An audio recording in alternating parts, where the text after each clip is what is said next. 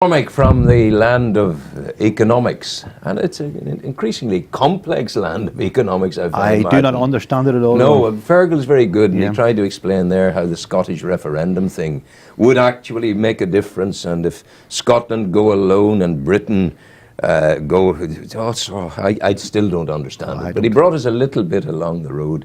A joy to meet and see again Martin Savage from Warren Point Judo Fraternity. Yes. Indeed, a master of the arts. I don't know about that, but judo. Still a student. Do you know, the man who knows he is still a student is a master.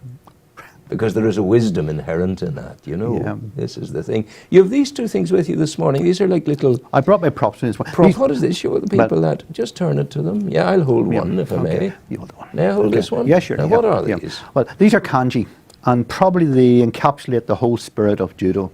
Wow. And this translated, right, is this is me, you, together, prosperity. Me, you, together and prosperity. In Japanese, it's a jitokyo, and what it means is that it's translated roughly as mutual welfare and benefit. We mentioned this before. Sounds like communism. What it actually means is that by improving others, you improve yourself. Yes. By benefiting others, you benefit yourself. And this is a very important concept of judo. The one you have there, this is spirit in the sense of energy, if you like. Energy of the spirit. And this is strength. Strength. Yeah. And this is best, and this is use or employment. So best use of energy.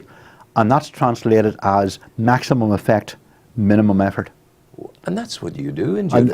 And these two are what judo basically is all about. This would probably relate more to the physical aspect of judo, but could also be the philosophical thing as well. And this is the spiritual or moral aspect of judo. Were you ever able to find out and establish, I'm sorry for throwing it down, that was disrespectful. Didn't mean to be disrespectful to the philosophy of judo. But at what moment in the history of mankind did judo emerge from the low clouds of Japan? Judo, as it exists, probably about 1882. 1882. Yeah. Prior to that, you had jitsus, right? Jiu-jitsu. Yes. And there were many kinds of jiu-jitsu. There was jiu-jitsu that involved weapons. And the jitsu means what? Jitsu means, basically it means technique or art, if you like. Yes. Right? It's the method of fighting, right? As opposed to do, which is a more spiritual or a way of self-perfection. Yes. Right? So we came to the judo, as opposed to the jiu-jitsu. Yeah. And the do is the path. And we follow the path. But I mean, that was 1882 or thereabouts. Yeah. And the other thing was before that. But I mean, when you think about mankind all through history having a propensity to fight, suddenly somewhere, fighting was not dispensed with. Fighting was important and remained important. But linking into the fighting was the philosophy of strength through discipline, doing the right thing, having a spirituality even. That was an enormous step forward into a civilized being. Well, I think Japan always had ways, relating to spirituality. And some of them were linked to combats, but most of them weren't. They were separate. You had combat and you had the the spirituality. Jigoro Kano Shihan, the man who developed judo, he brought both together. Now, at that time, you had the samurai had been disarmed. They weren't allowed to carry I was going to ask you about samurai. Yes, please continue on the samurai. They weren't allowed to carry arms. The arms were banned when what they call the Meiji Restoration, which is where the emperor came back into power in Japan as opposed to the shogun. Yeah. Right? So the emperor would have been worried at the strength of the samurai, possibly, and he disarmed them. Yes. There was a major battle, right? They hung on to the very last minute, almost, the samurai did. Major battle, what was called the Satsuma Rebellion. It's in the film The Last Samurai. That is it's a fictionalized account of what that battle was actually about. But whenever the samurai were banned from carrying swords, they lost there was no need for them to fight. They couldn't get employment. And the warrior arts, the jitsu, started to fall into disrepute. People started using them for prize fighting, say, for example. They would have gone around the fairground taking on all comers. Some of them even came to England. And that's initially how judo came to England, from a Japanese prize fighter. Oh, travelling circus job. Yeah, almost like that, yes. And he came to England as a person who did jiu-jitsu, but whenever Jigoro Kano developed judo, he switched over to judo. For a long time, judo was known as Kano Jiu-Jitsu. Yes. After the man who did it. Yes. Yeah. But he didn't. He wanted to get away from the idea of jitsu because it had got this disreputable sort of name, and he drew from history. Again, the word judo, he didn't devise the word judo, but it came from an earlier type of jiu-jitsu, and he used that as and to distinguish it from the original form of judo, he called it Kodokan judo. Kodokan's the headquarters of judo. It was the name of his training hall, and it's still today. It's not the same building, of course. It's changed hands many times and changed, but the Kodokan today is the headquarters of judo, traditional judo. Would the samurai honor code not have demanded that they would have fallen on their sword before becoming a prize fighter, a circus attraction? The code Bushido, right? Probably yes, but all this, not all this. The prize fighters were people who had done jiu-jitsu, but not necessarily samurai. Right. Yeah. They wouldn't necessarily be samurai. The purity of the samurai would have remained and would have been there, and possibly they did fall on their swords. Well, a lot of them, maybe. A lot of them, samurai who had no master were called Ronin.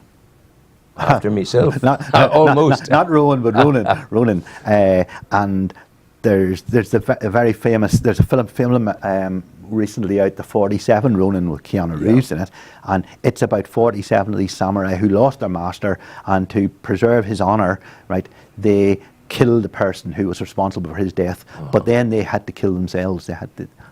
Right. And their grave is a very famous sort of shrine in Japan, the shrine of the 47 Ronin. Where did the Japanese practice of harikari come from, the killing of oneself by disembowelment?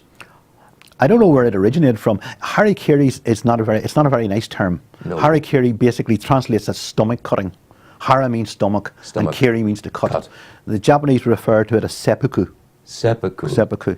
And I don't know where it originated, but certainly it's a very ritualistic way of. People see it as the coward's way out. In Western society, committing suicide is seen as the coward's way out. In Japan, there's a different attitude to it. It's seen as taking control of your own destiny. Wow. Which is a different thing. I can see that indeed. But the judo chem here, it's strong here. It's been developing over the years, and Newry, with its great sporting tradition and interest in young people, it started to grow in Newry, and people like Cecil Stevenson and others that you will mention, got together in dojos, in meeting places, and the young people of Newry on winter's nights started to gather. Yeah, judo in Northern Ireland started around about the mid-50s, I think, which was quite late compared to other parts of the UK, but it started roughly about then. And I'm not sure when it started in Newry, but it was fairly well established when I started in the mid-60s. And as you say, Cecil Stevens, Frank Watson, were the two men involved there. God rest the two of them. Exactly, two men involved there. And